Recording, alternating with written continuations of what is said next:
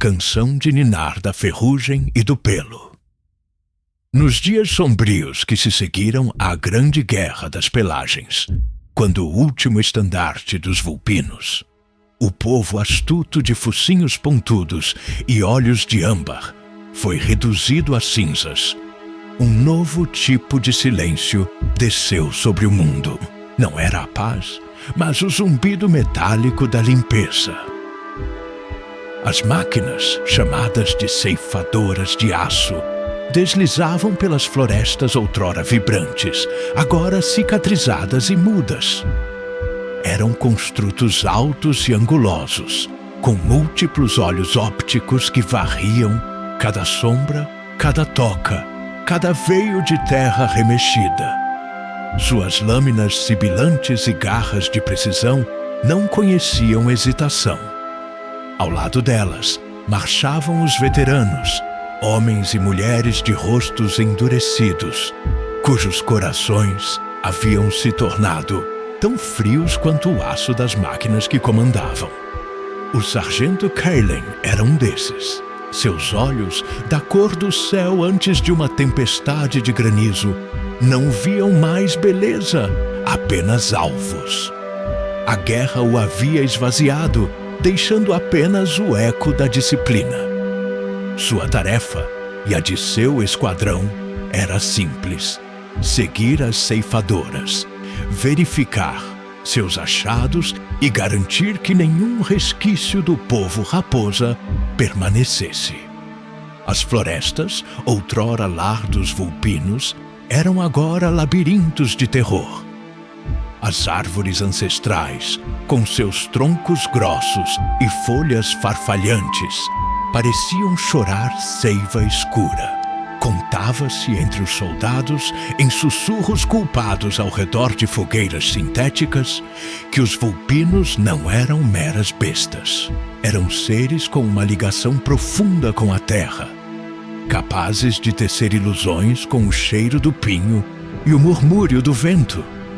Lendas que a guerra tentara apagar. Numa manhã fria, quando a névoa se agarrava ao chão como um sudário, a ceifadora Alfa parou diante de uma colina oca, coberta por raízes retorcidas que se assemelhavam a dedos esqueléticos. Seus sensores detectaram vida. Não uma vida forte, mas um pulsar fraco, teimoso. Sargento!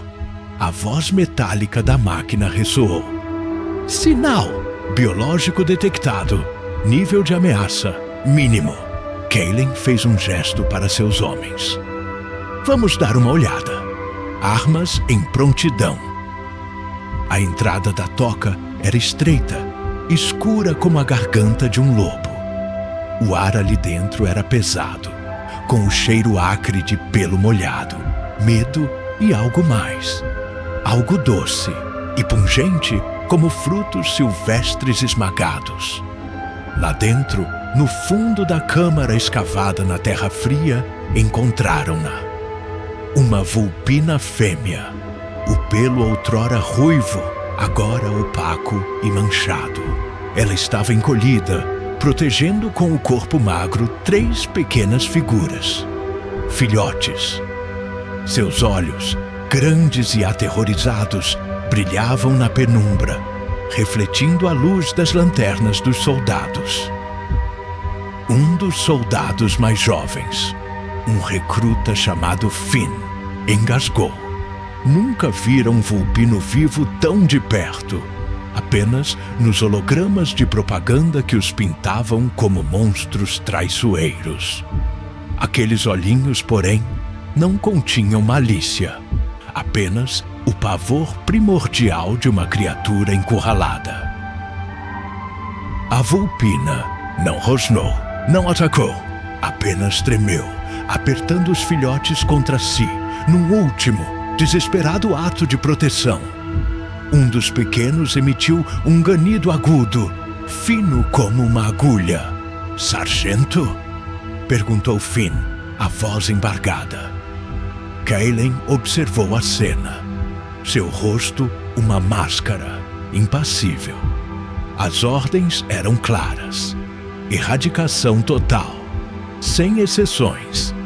A guerra fora brutal, e os vulpinos, com sua astúcia e conhecimento das matas, haviam infligido perdas terríveis. Mas ali, naquela toca escura, não havia guerreiros, apenas uma mãe e seus filhos, ceifadora. Kellen disse em seu comunicador, a voz rouca: confirme o alvo. Alvo confirmado.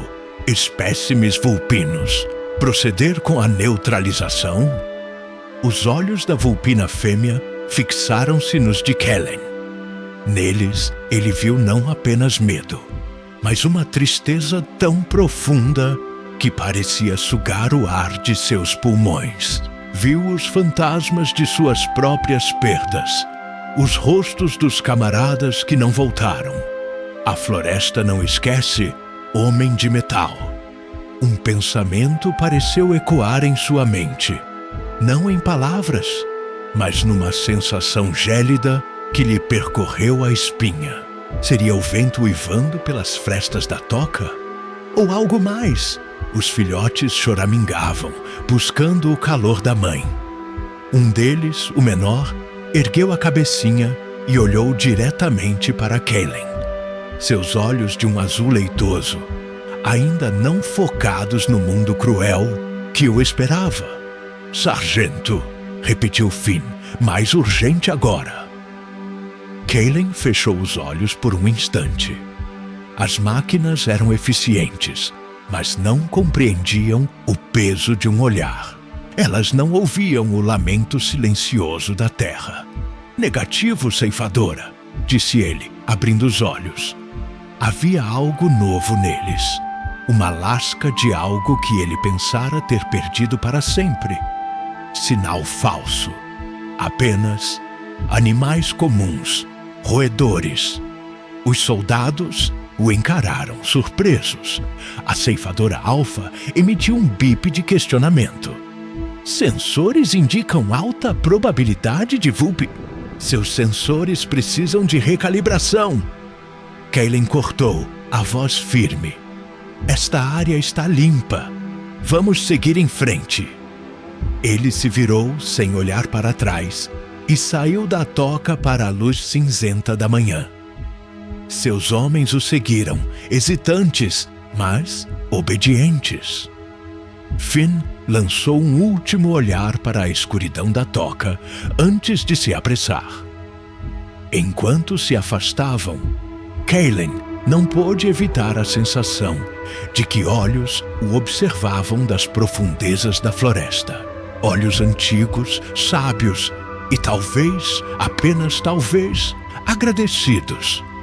Ou talvez fosse apenas o vento, sussurrando pelos ramos nus das árvores, cantando uma canção de ninar antiga, uma canção sobre ferrugem, pelo e a tênue, teimosa chama da misericórdia, num mundo quebrado. Mas naquela noite, e em muitas noites seguintes, Kellen sonhou com olhos de âmbar e o cheiro de frutos silvestres. E às vezes, quando o vento soprava de certa maneira, ele jurava ouvir o ganido distante de filhotes. Um som que as ceifadoras de aço jamais seriam capazes de detectar, mas que ecoaria para sempre nos recantos mais sombrios de sua alma. A limpeza terminaria, mas a floresta e suas memórias permaneceriam. E alguns fantasmas, ele percebeu, eram mais difíceis de exterminar do que qualquer inimigo de carne e osso.